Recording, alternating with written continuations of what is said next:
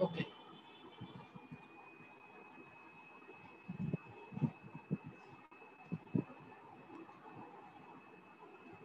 तो कल हम लोगों ने देखा था फ्लक्स, ठीक है।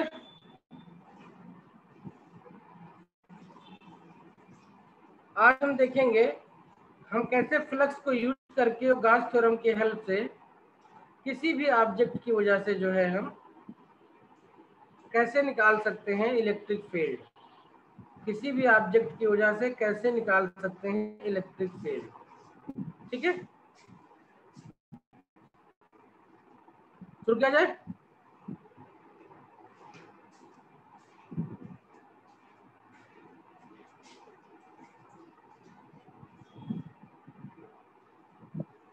Yes no maybe. Yes, sir. Yes, sir. सबसे पहले लिखते हैं Gauss law.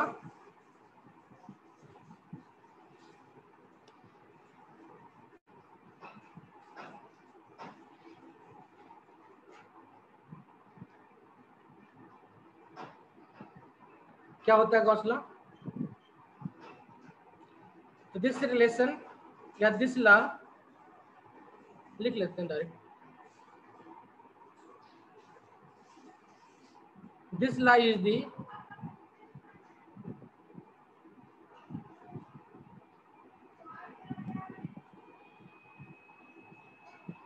this law is the mathematical analysis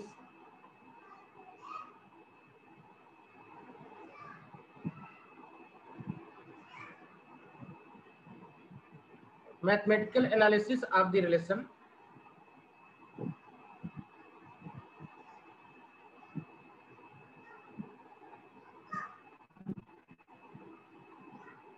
the relation between the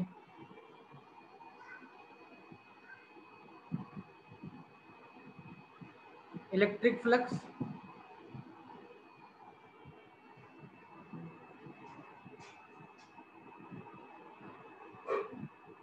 from a closed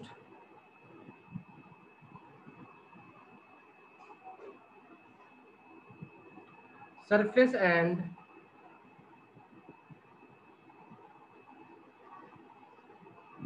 its enclosed charge।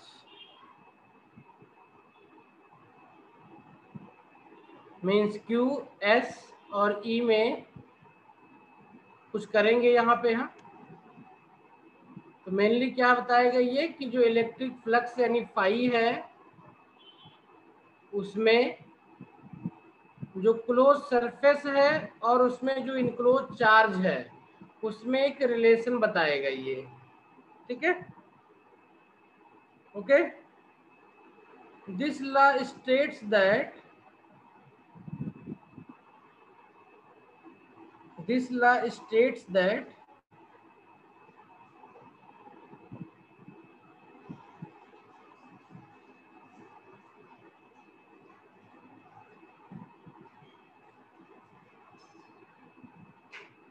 the total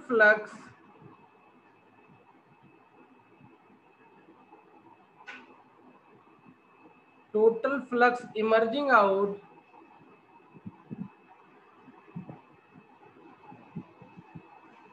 from a closed surface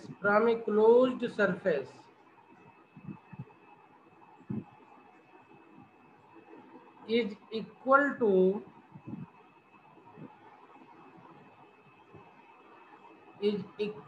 the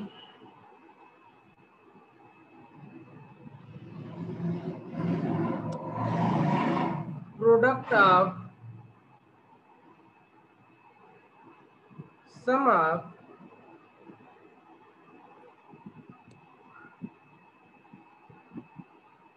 enclosed charge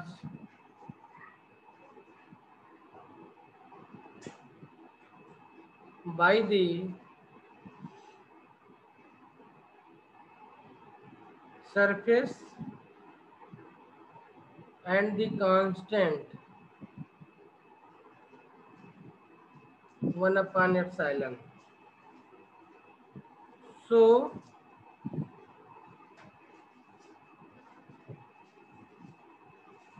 Gauss law is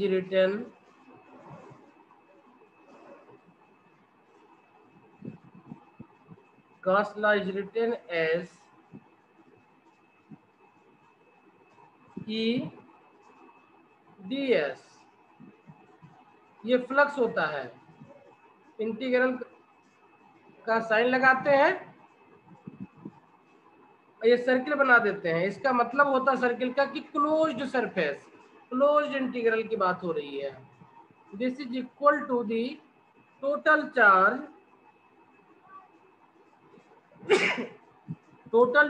enclosed by the surface, means Q enclosed या Q total upon epsilon. ठीक है, लिख लो यहाँ पे here this sign, here sign लिख लो पहले, here this sign represents, here the sign represents the integration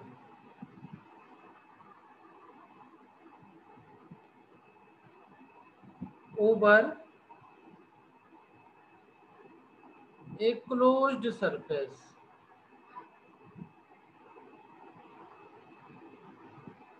over a closed surface which enclosed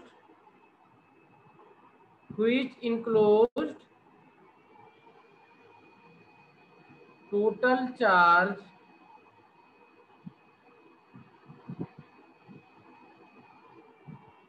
QENCL enclosed। ठीक है,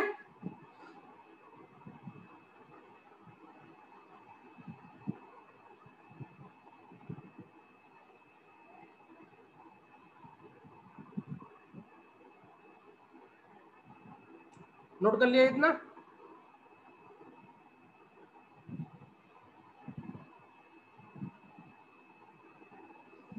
Yes, sir. Come here.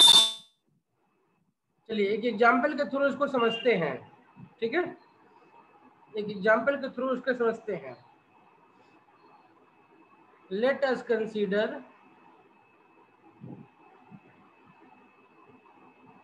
a surface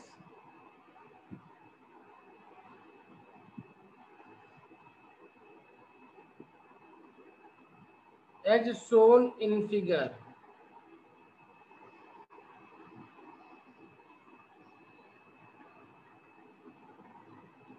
shown in figure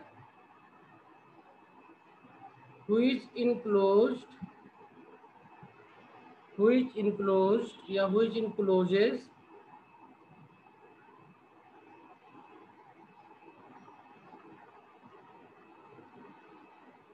three charges Q1 minus Q2 and Q3।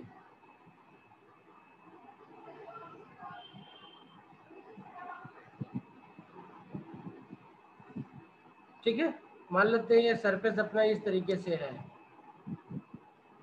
इस पे तीन charges हैं, Q1 है,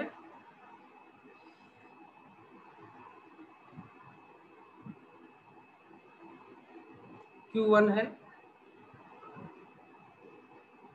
minus Q2 है,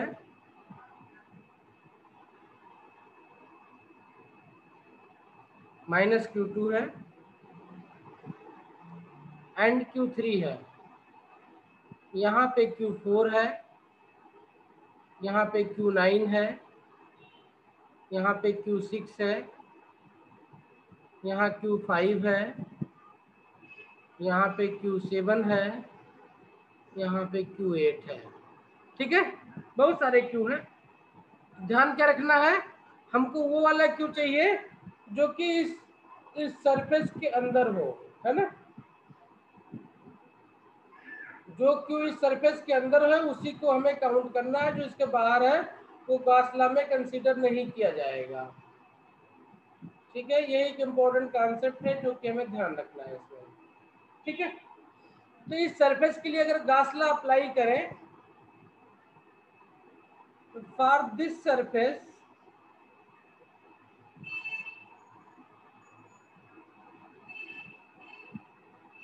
Gauss law will be closed integration of E into ds equal to कितना हो जाएगा, ये इक्वल टू हो जाएगा Q1 plus minus Q2 and plus Q3 by epsilon naught. ये कितना हो जाएगा, Q1 plus Q3 minus Q2 by epsilon लिख सकते हैं इसको। ठीक है, तो आई होप कि आप टोटल चार्ज का मीनिंग समझ में आ गया होगा हमको। ठीक है, बहुत सारे चार्ज हैं, जितना चार्ज आपके सरफेस के अंदर है सिर्फ उसी चार्ज को हमें काउंट करना है। हाँ क्या बेटा, ये जो सरफेस था इसको हम गॉसियन सरफेस बोलेंगे। तो गॉसियन सरफेस कैलकुलेशन के लिए चूज करें तो कुछ बातें ध्यान रखना होगा। हम गॉसियन सरफेस इस तरीके से चूज करेंगे कि या तो उसके हर एक पॉइंट पे इक्वल ई हो, अगर ऐसा नहीं हो पाता तो ऐसा सरफेस चूज करेंगे जहां पे 0 ई हो। ठीक है,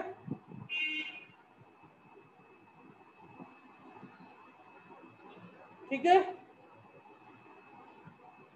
पहला सिचुएशन। दूसरा सिचुएशन, इस तरीके से सरफेस चूज करेंगे कि इलेक्ट्रिक फील्ड या तो सरफेस के परपेंडिकुलर हो या सरफेस के पैरेलल हो।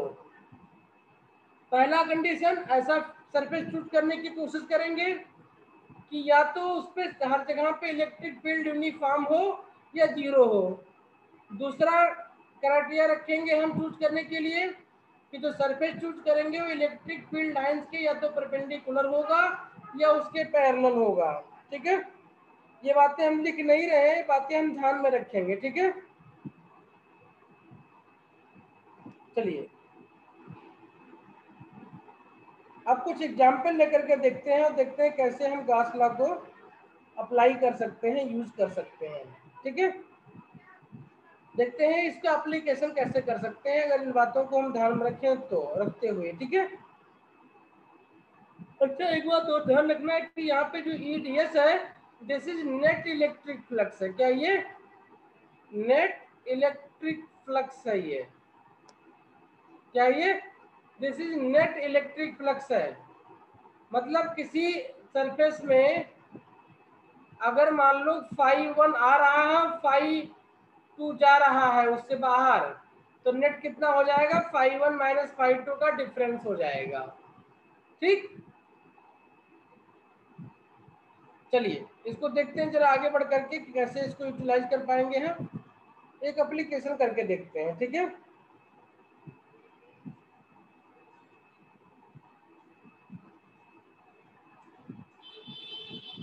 पहला केस देखते हैं।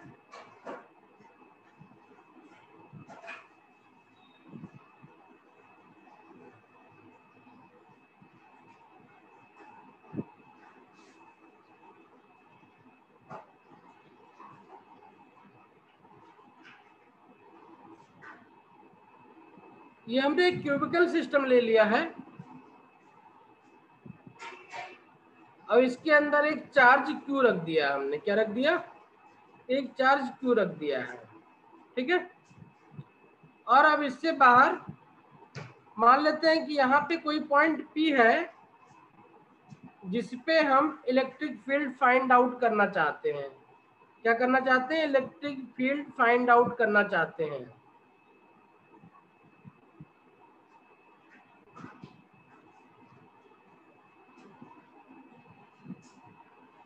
ठीक है, हम पॉइंट P पे इलेक्ट्रिक फील्ड फाइंड आउट करना चाहते हैं।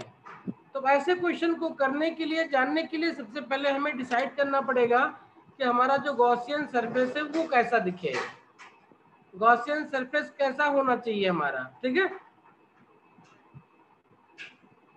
चलिए हम एक दो फिगर बना के दिखाते हैं कि गॉसियन सरफेस को किस तरीके से इमेजिन कर सकते हैं यहाँ पे हम।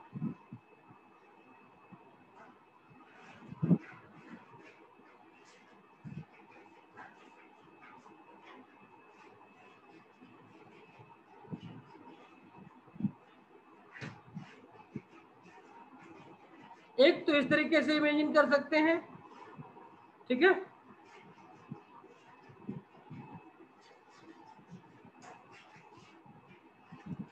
और एक इस तरीके से इसको इमेजिन कर सकते हैं।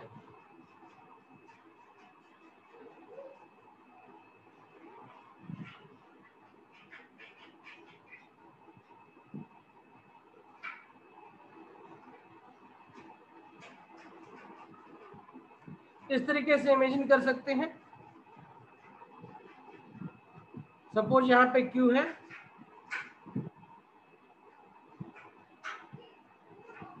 x डिस्टेंस पे पॉइंट आपका P है, यहाँ पे चार्ज Q है। ठीक है,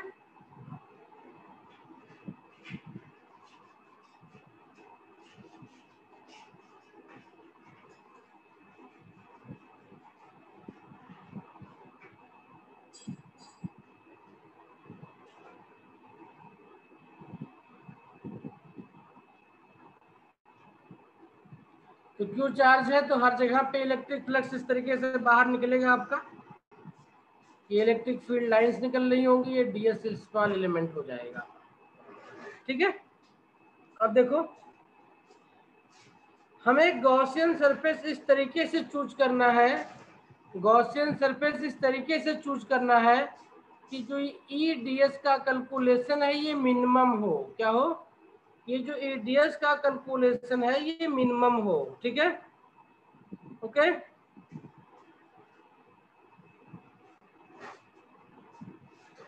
ठीक है, ओके बेटा। तो देखो यहाँ पे आपका सरफेस देखो तो इस तरीके का सरफेस है कि हर जगह ये वेरी कर रहा है, तो यहाँ पे कैलकुलेशन बहुत डिफिकल्ट हो जाएगा। जबकि अगर ये वाला सरफेस को देखें तो स्फेरिकल सिमेट्रिकल सरफेस है, यानी यहाँ पे जिस भी पॉइंट की बात करेंगे वो यूनिफॉर्म पॉइंट होगा, मतलब वहाँ पे यूनिफॉर्म इलेक्ट्रिक फील्ड स्ट्रेंथ आपको मिल जाएगी। तो यानी अगर इस वाले सिस्टम के लिए अगर हमें इलेक्ट्रिक फ्लक्स कैलकुलेट करना है तो इस तरीके का हम गॉसियन सरफेस इमेजिन करेंगे, ना कि इस तरीके का। ठीक है, ओके। अब चूंकि हमको पता है कि जो स्फीयर होता है उसके किसी भी पॉइंट पे जो इलेक्ट्रिक फील्ड होता है वो कितना होता है, 1/4πε/Q/x², यही होता ना। Hello, Yes, sir. Electric field यही होता है ना। स्फेरिकल अगर कोई चार्ज पॉइंट चार्ज रखा हुआ है तो उससे x डिस्टेंस पे इलेक्ट्रिक फील्ड यही होगा ना। यस नो में भी कुछ बोलो। Yes, sir.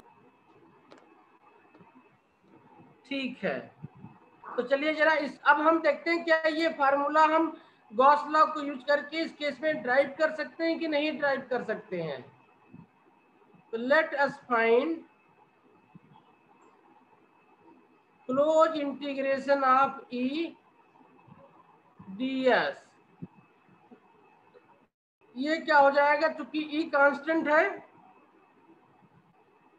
तो बाहर हो जाएगा, ये क्लोज इंटीग्रेशन ऑफ ds हो जाएगा। अब क्लोज इंटीग्रेशन ऑफ ds की बात करें तो जो स्फीयर है उसका इंटीग्रल एरिया हो जाएगा, वो कितना होगा, E इंटू 4πr² होता है। देखो यहाँ पे इस सरफेस का रेडियस x है तो 4πx² हो जाएगा। तो जो फाई बना, phi equal to S equal to E close integration of ds, ये बन गया E 4πx²। Now using Gauss law, Gauss law क्या कहता है, closed integration of EDS must be equal to total charge enclosed by the surface divided by epsilon। अभी देखो इसकी value हमने निकाली है यहाँ पे ऊपर, क्या निकाली है, E into 4 pi x square equal to Q upon epsilon. इसको सॉल्व करेंगे तो E इक्वल टू कितना मिल जाएगा, 1/4 pi epsilon Q by x square. ये देखो यही है जो हमें पहले से पता था, ये है कि नहीं यही फार्मूला। Yes, sir.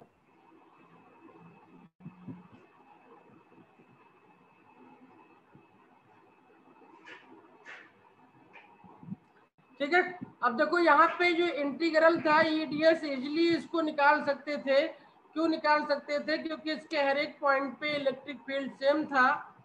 ठीक है, अगर इलेक्ट्रिक फील्ड वेरी कर रहा होता, डीएस यूनिफॉर्म ना होता, जैसे यहाँ पे था, देखो यहाँ पे इस पॉइंट में ये डिस्टेंस इसकी अगर एक्स है तो इसकी डिस्टेंस एक्स डैश हो जाएगी, यहाँ से कम हो जाएगी। जबकि यहाँ पे देखो इसका अगर एक्स है तो यहाँ से यहाँ ले जाओगे तो ये भी डिस्टेंस आपकी एक्स ही होगी, यहाँ से यहाँ जाओगे तो भी एक्स ही होगी, यहाँ पे आओगे तो भी एक्स ही होगी, यहाँ पे आओगे तो भी एक्स ही होगी, है ना।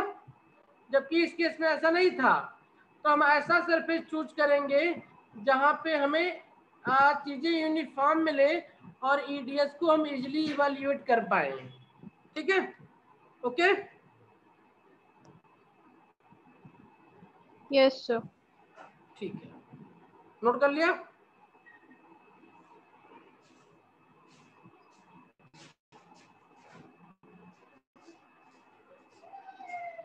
Yes, sir. चलिए अब इस पे जरा छोटे छोटे क्वेश्चन एक दो है उनको करके देखते हैं, ताकि ये कॉन्सेप्ट समझ में आ जाए, तो फिर बड़ी बड़ी चीजें हैं जो उनको करेंगे। ठीक है, एक दो छोटे छोटे क्वेश्चन करके सीखेंगे कि कैसे क्यू को यूटिलाइज करना है हमें। ठीक है, क्वेश्चन है in figure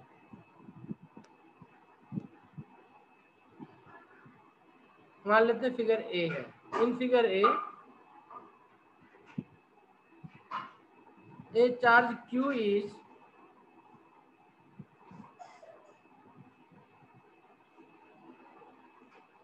placed just outside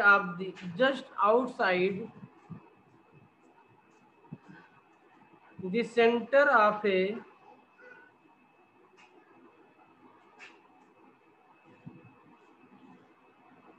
closed hemisphere,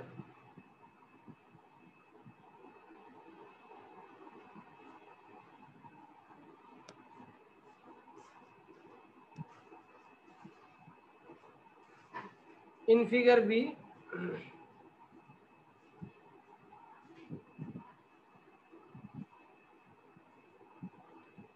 the same charge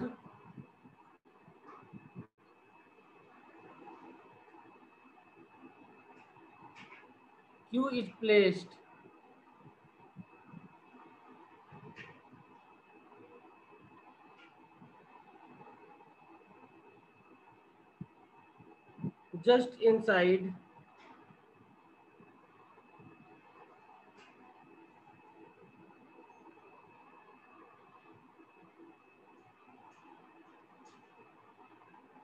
just inside the center of the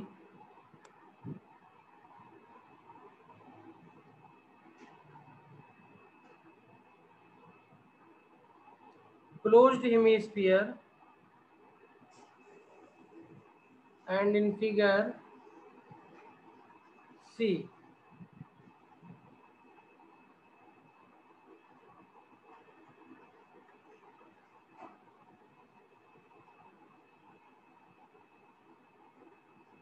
the charge is placed at the center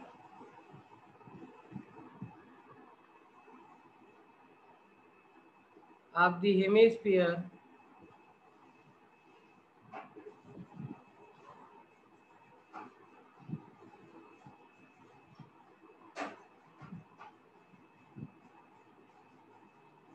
open from the base.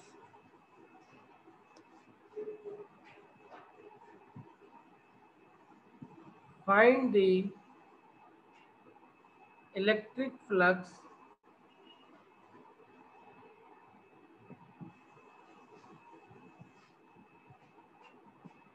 passing through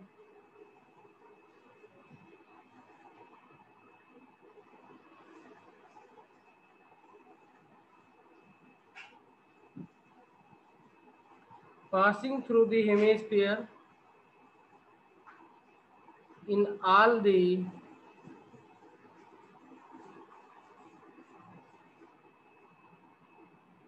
three cases. मैं diagram बना रहा हूं।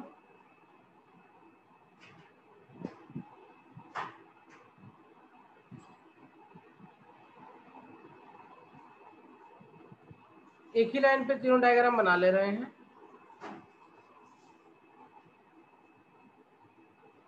आप मान के चलना कि तीनों डायग्राम अलग अलग बने हुए हैं, ठीक है।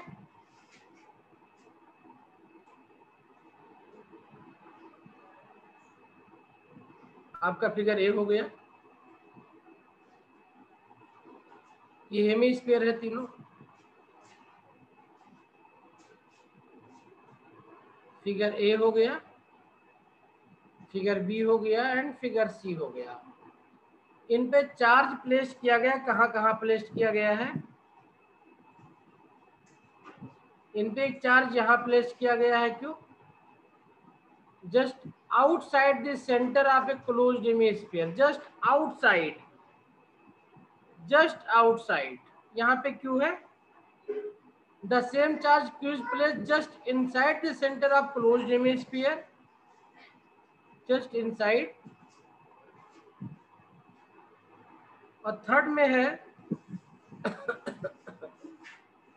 The charge place at the centre of hemisphere, बिल्कुल सेंटर पे है, जस्ट आउटसाइड है। ढंग से लिखें थोड़ा तो दिखेगा अच्छा।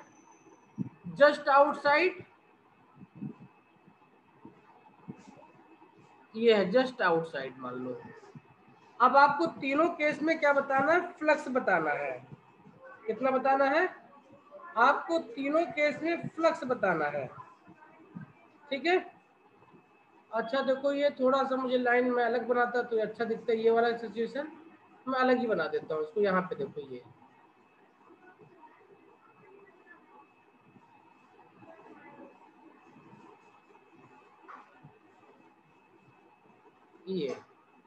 यहाँ पे चार्ज है, क्योंकि क्वेश्चन देखो ध्यान से। The charge place at the centre of the hemisphere open from the base.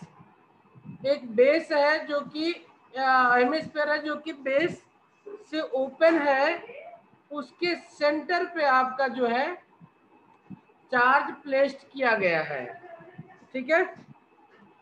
Base से आपका चार्ज प्लेस्ड किया गया है, ठीक है। अब आपको बताना है कि इसका फ्लक्स कितना कितना होगा। देखो पहला केस बहुत इजी है, क्योंकि देखो यहाँ पे इसके सरफेस के अंदर कोई चार्ज नहीं है, तो सरफेस के अंदर कोई चार्ज नहीं है, ठीक है। तो Q इनक्लोज्ड इसमें जीरो है, तो phi equal to Q upon epsilon होता है, तो जीरो हो जाएगा। यहाँ पे देखो Q इनक्लोज्ड कितना है? Q इनक्लोज्ड Q है आपका, तो फाई इक्वल टू कितना हो जाएगा? Q अपान एप्सिलॉन हो जाएगा, ठीक है।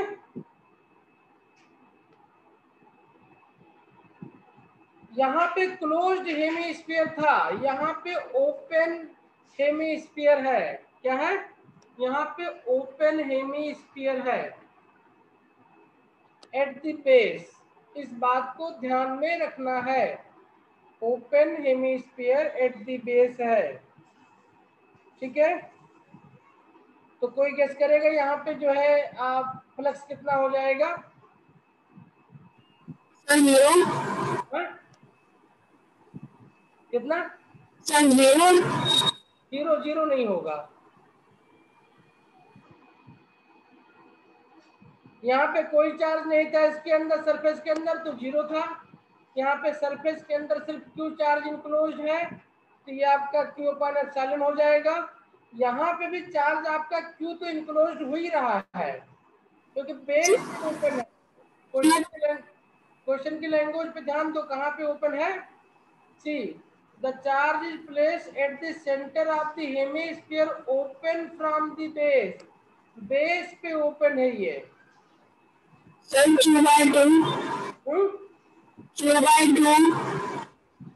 बेटा आपकी आवाज क्लियर नहीं आ रही है।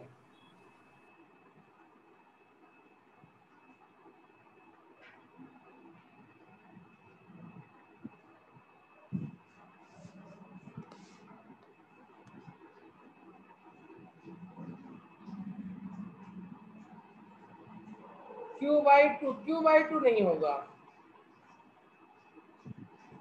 हेलो मनस्वी, आपने क्या कहा था? Q/2 का है ना? या दैट्स राइट आंसर। आपका क्वेश्चन सही है, ठीक है। तो इसमें जो चार्ज आपका इनक्लोज्ड हो रहा है वो Q/2 हो रहा है।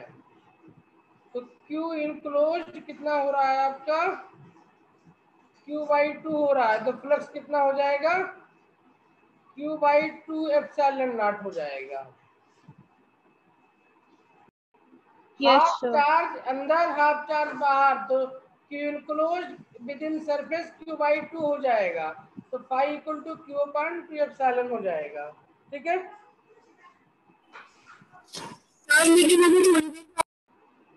कहाँ पे चार्ज रखा है? चार्ज आपका डी पे रखा हुआ है और पूछा गया है EFGH। EFGH मतलब एक तरीके से ये इसके एक वाल से, एक फेस से निकल रहा है, ठीक है। ये इसका एक फेस हो जाएगा। कितना हो जाएगा? इसका एक फेस हो जाएगा। इस फेस से कितना निकल रहा है? Charge Q is placed at point D of the cube, ठीक है। ओके, तो देखो ध्यान से इसको कैसे करेंगे। एक क्यूब में टोटल कितने फेस होते हैं?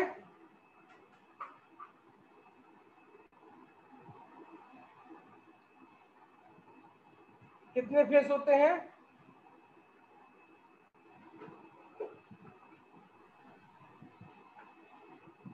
बोलो, कितने फेस होते हैं बेटा? AEHD, AEHD 6.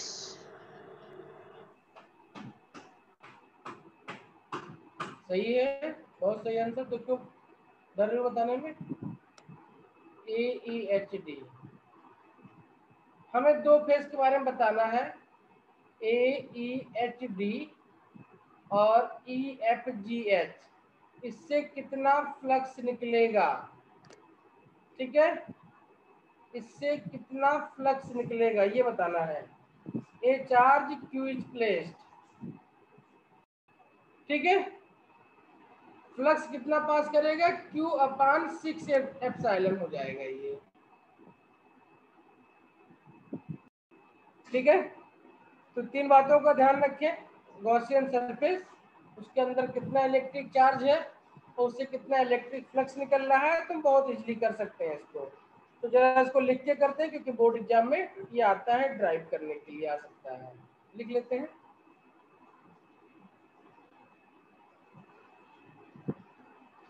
लिखो द इलेक्ट्रिक फील्ड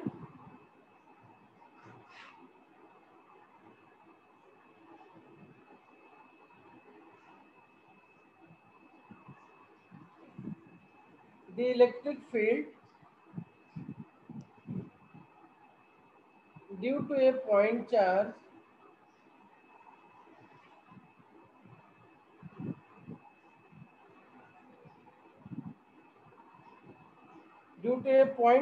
is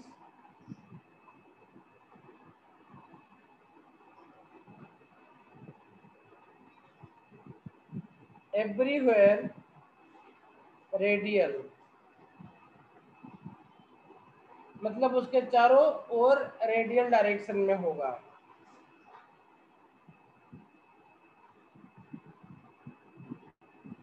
ठीक है, सपोज ये आपका पॉइंट चार्ज Q यहाँ पे है, तो इसके रेडियल डायरेक्शन में हर एक जगह इसका इलेक्ट्रिक फील्ड होगा, और इससे r डिस्टेंस पे अगर हम इसको फाइंड आउट करना चाहते हैं तो हम क्या करें, हम एक गॉसियन सरफेस बनाए।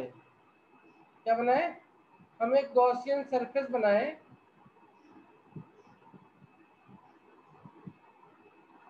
एक गॉसियन सरफेस बनाए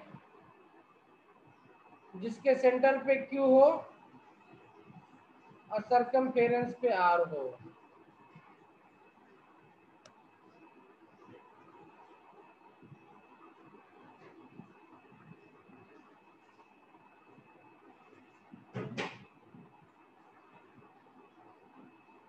ठीक है, ये गॉसियन सरफेस बनाया है। This Gaussian surface is an imaginary surface. क्या है ये, this Gaussian surface is an imaginary surface. हमने एक इमेजिनरी स्फीयर ड्रा किया है। ठीक है, और इस पॉइंट पे हमें इलेक्ट्रिक फील्ड फाइंड आउट करना चाहते हैं हम। ठीक है, सबसे पहला काम गॉसियन सरफेस ड्रा करना, फिर उसके अंदर चार्ज फाइंड आउट करना, फिर उसका इलेक्ट्रिक फ्लक्स निकालना। 3 स्टेप ध्यान रखेंगे, सारा काम बहुत इजीली होगा। तो लिखते हैं जरा इसको पहले, ये जो everywhere radial and we want to find, or we wish to find, and we wish to find, ऐसे एग्जाम में आपको लिख के ड्राइव करना है। And we wish to find, we wish to find the electric field, we wish to find the electric field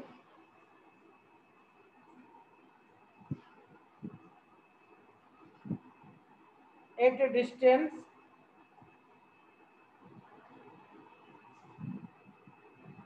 r from the charge Q. For this,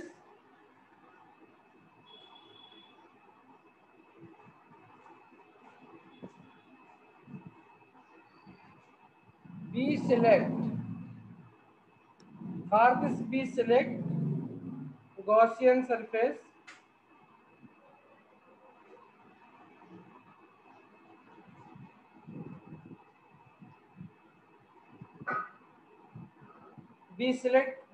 surface that is a sphere, a sphere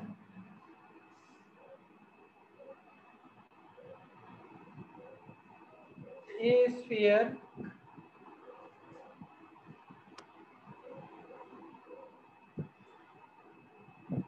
that is a sphere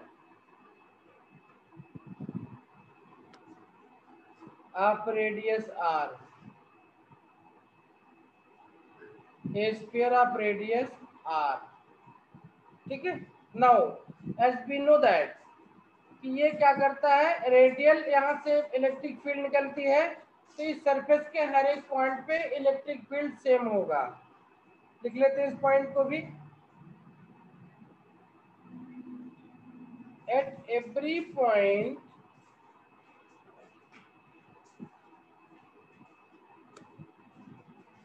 of this sphere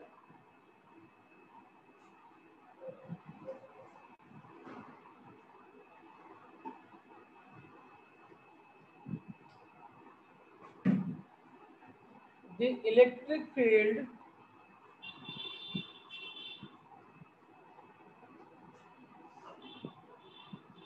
has same magnitude.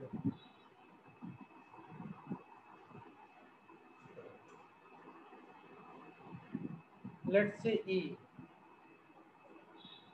and is, अब चूंकि sphere है तो sphere में जो भी कोई point होता है उस पॉइंट पे उसका डायरेक्शन, जो रेडियल डायरेक्शन होता है वो दोनों परपेंडिकुलर होगा। ठीक है, and is perpendicular to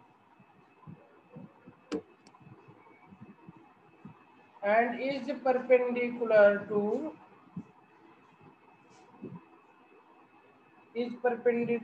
the surface itself। तो सरफेस के परपेंडिकुलर है, यानी कि जो सरफेस का डायरेक्शन लेंगे उसके पैरेलल हो जाएगा, perpendicular to the surface itself. Now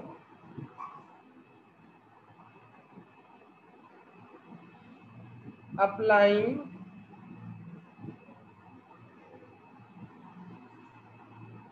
Gauss law, we will get close integration of E ds equal to total charge कितना है इसके अंदर Q, ये हो जाएगा Q बाई एप्सिलॉन। अभी हमने बताया कि E और ds के बीच में एंगल 0 डिग्री हो जाएगा, क्योंकि सरफेस और रेडियस दोनों परपेंडिकुलर है और सरफेस का डायरेक्शन जो होता है उसके परपेंडिकुलर होता है, तो रेडियस और उसका डायरेक्शन दोनों पैरेलल हो जाएंगे। तो ये ed cos थीटा से cos थीटा खत्म होकर के eds हो जाएगा,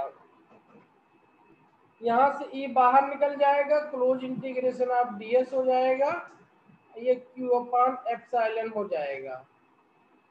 यहीं पे लिख देते हैं जो क्लोज इंटीग्रेशन, यानी जो सरफेस का एरिया कितना हो जाएगा, स्फीयर का सरफेस एरिया वो बन जाएगा 4 पाई आर स्क्वायर। क्या बन जाएगा, ये बन जाएगा 4 pi r square equal to Q upon epsilon, and this will give you E equal to 1 upon 4 pi epsilon. R square कैसे हुआ? क्या बेटा, 4 बाय आर स्क्वायर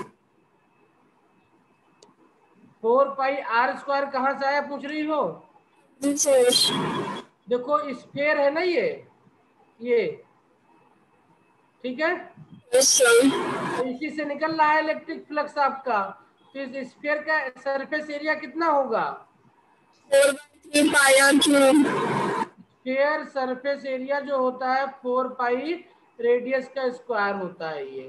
तो ये जो क्लोज इंटीग्रेशन ds बन रहा था, ये एक्चुअली में surface area of the sphere है पूरा, इसी के वैल्यू 4 पाई आर स्क्वायर यहाँ पे लिखा गया है। ठीक है, तो E इक्वल टू में क्या होगा? हाँ बोलो। सर समझ आ गया है मुझे। तो E इक्वल टू कितना बन गया? 1 upon 4 pi epsilon Q by R square बन गया। और यही आपकी पहले भी होती थी इलेक्ट्रिक फील्ड, यही यहाँ पे भी है, बट जब आएगा गॉस लॉ के थ्रू ड्राइव करने के लिए तो आपको इसको इस तरीके से लिख करके ड्राइव करना पड़ेगा एग्जाम में।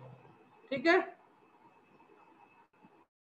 ठीक है, हमें निकालना है electric field strength due to a long charge wire.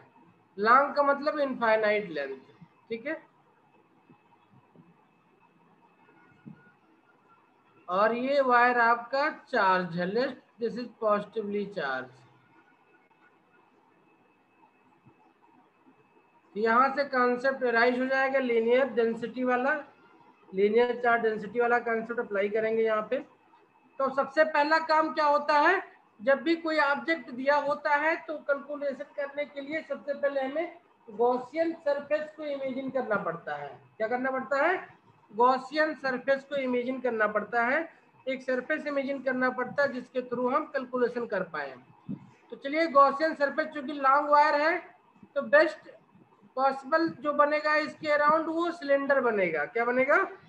Cylinder बनेगा। तो एक सिलेंडर बनाते हैं इसके अराउंड में, एक सिलेंडर बनाते हैं इसके अराउंड में।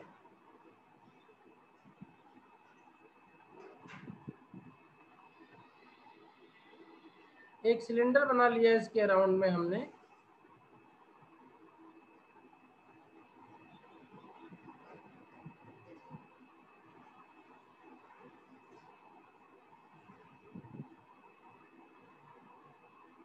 ठीक है, जिसकी लेंथ L ले लिया हमने, सिलेंडर की लेंथ कितनी ले ली हमने?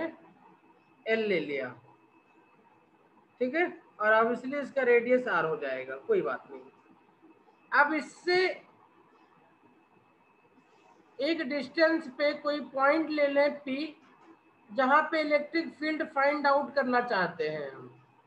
तो इनफैक्ट जिस पॉइंट पे फील्ड आप फाइंड आउट करना चाहते हैं उसी पॉइंट पे हम गॉसियन सरफेस बना लेते हैं।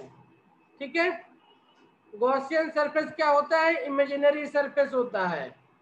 ध्यान रखना, ये क्या होता है? इमेजिनरी सरफेस होता है। Gaussian surface is imaginary surface. इस रॉड के या जो आपका वायर है इसके अराउंड कोई सरफेस सिलेंडर है नहीं। ये हम इमेजिन कर रहे हैं कि इस तरीके का सिलेंडर बना लें तब क्या सिचुएशन बनेगी। अब देखो, जब ये बना लिया तो इसके हेल्प से हम कैलकुलेशन करेंगे। अब तो क्या होगा, इसमें से इलेक्ट्रिक पॉजिटिव चार्ज है तो इलेक्ट्रिक फील्ड लाइन ऐसे ऐसे निकल रही होंगी, यहाँ से ऐसे ऐसे ना, ये देखो ऐसे ऐसे लाइन निकल रही होंगी, इसमें से इधर भी निकल रही होगी, इधर भी निकल रही, इधर भी निकल रही, इधर भी इधर निकल रही होगी, बट इसको हम दिखाते नहीं हैं।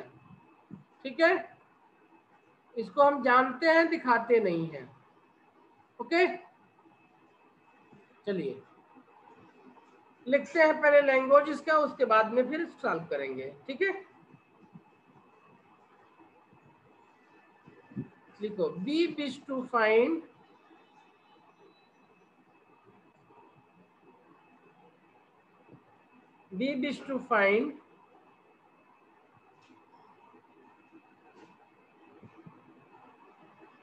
electric field strength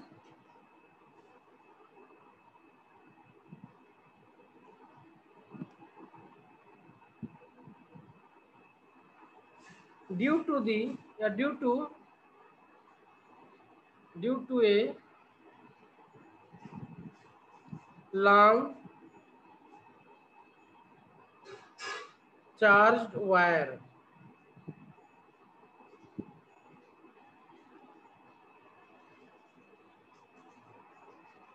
having a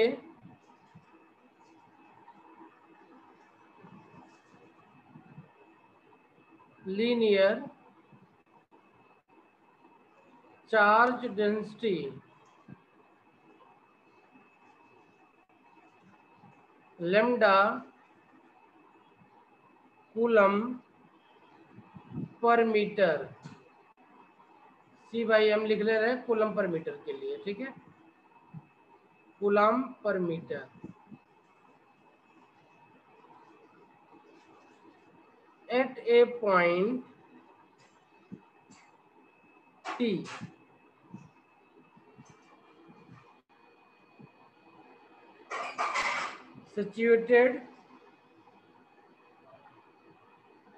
situated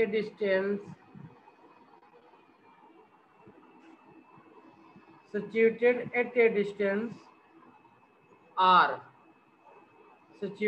a distance r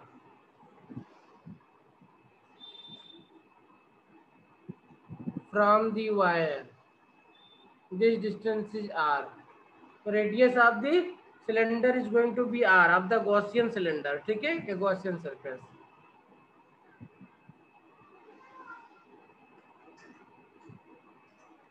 ठीक है, for this purpose,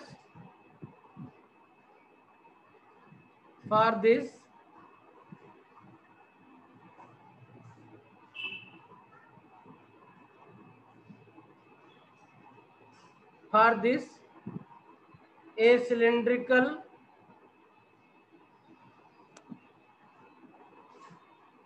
cylindrical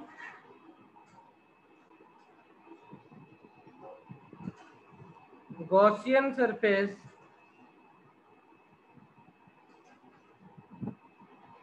of length L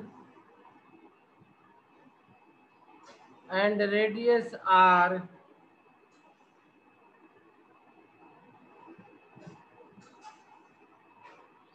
is considered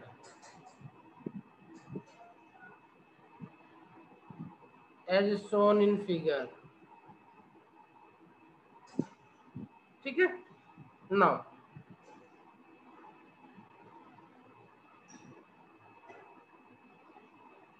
now let us apply Gauss law. then by the Gauss law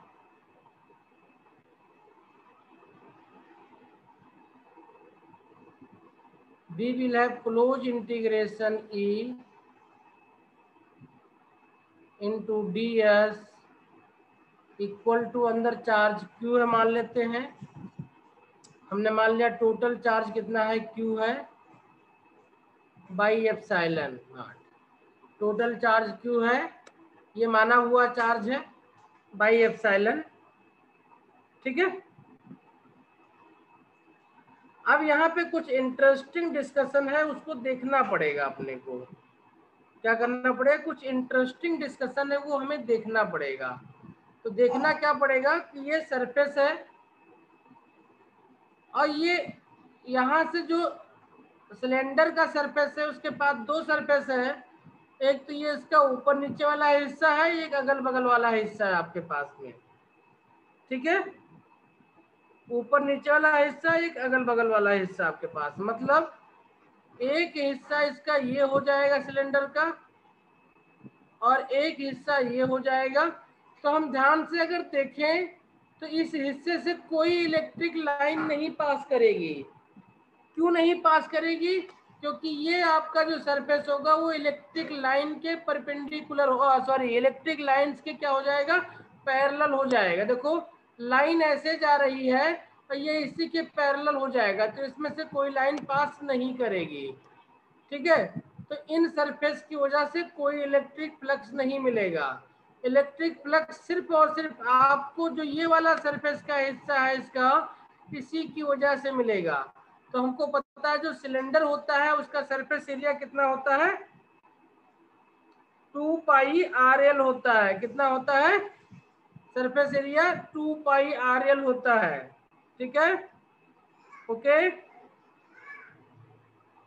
इतनी बात क्लियर हो गई कि जो इसका परपेंडिकुलर वाला हिस्सा यानी जो ऊपर वाला हिस्सा है उसमें से कोई भी फ्लक्स आपको नहीं मिलेगा, उसमें से कोई भी फ्लक्स आपको नहीं मिलेगा। रीजन पता चल गया क्यों नहीं मिलेगा? क्योंकि वो क्या है, उसके परपेंडिकुलर है। किसके परपेंडिकुलर? पैरेलल है। किसके पैरेलल है? इलेक्ट्रिक फील्ड लाइंस के। कल हमने आपको समझाया था कि आप टॉर्च जलाइए और मोबाइल की स्क्रीन को बिल्कुल सामने रखिए तो मैक्सिमम लाइट जाएगी, और मोबाइल को टेबल पे आप गिरा दीजिए तो उसमें से मिनिमम लाइट पास करेगी, याद है? वही सिचुएशन यहाँ पर नहीं है। जो इसका अप एंड डाउन एंड है सिलेंडर का, इसमें से कोई इलेक्ट्रिक फील्ड पास नहीं करेगी, ठीक है। तो जो इलेक्ट्रिक फ्लक्स पास करेगा वो सिर्फ और सिर्फ जो इसका लेंथ वाला में जो इसका सरफेस एरिया इनक्लोज कर रहा है उसी के थ्रू पास करेगी ये, ठीक, ओके।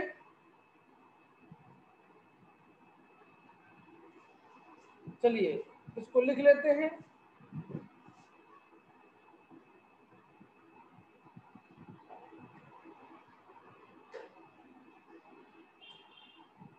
चाहो तो मैं, चलो इसको इक्वेशन नंबर 1 बना दो। क्या बना दो? इसको इक्वेशन नंबर 1 बना दो और इन दोनों को थोड़ा डिटेल में लिख लेते हैं। लिख लेते हैं, बात में भूल जाओगे आप लोग, ठीक है। चलिए let's say this is area number 1, this is area number 2,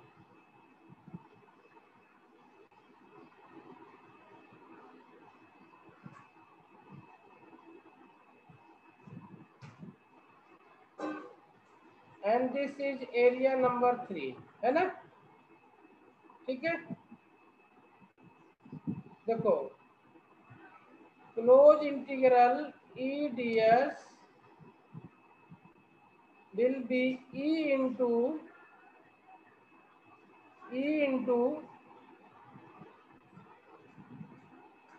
ds1 plus E into ds2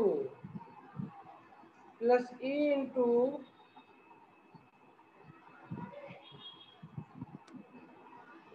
ds3, या इसको इस तरीके से ना लिख करके इस तरीके से भी लिखा जा सकता है, 1 2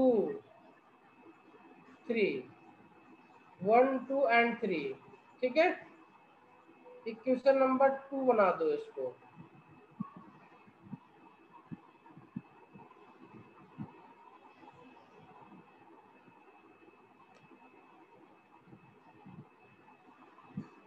लिख दिया?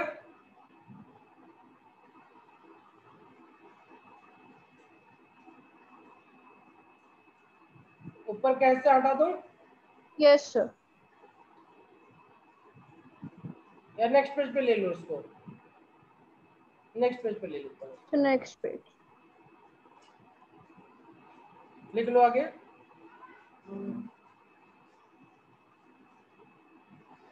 Here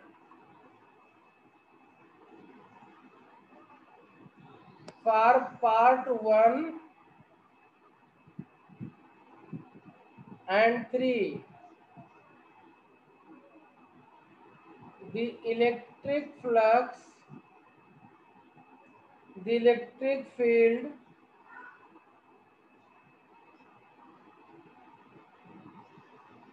the electric field vector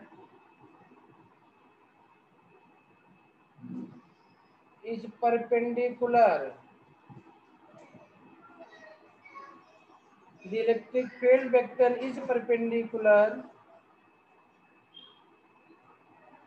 to the area vector as shown in the figure.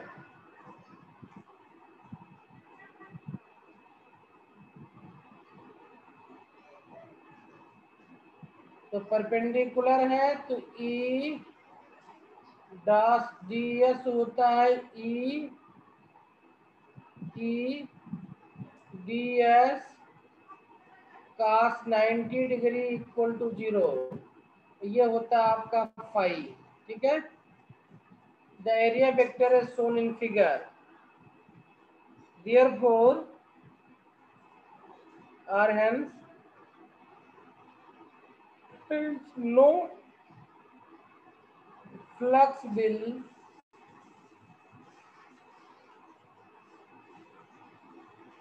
come out of these parts. No flux will come out of these parts. Thus, EDS can be written as E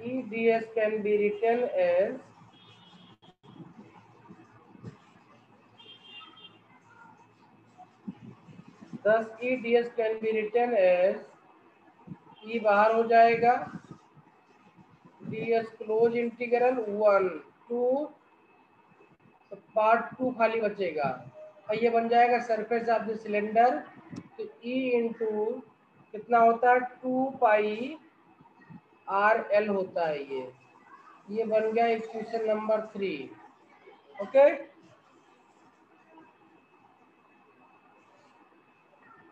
equation number 3। ठीक है। Now Q enclosed will be charge density linear lambda है और total length L है। तो ये बन जाएगा equation number 4। Now using 3 and 4 in 1 क्या मिल जाएगा अपने को? E into 2 pi RL equal to lambda L। L cancel out हो जाएगा तो E इक्वल टू मिल जाएगा 1/, ये अपान एप्सिलॉन भी था यहाँ पे, तो ये बन जाएगा 1/2 pi epsilon lambda by R. कितना बन जाएगा? 1/2 pi epsilon lambda by are.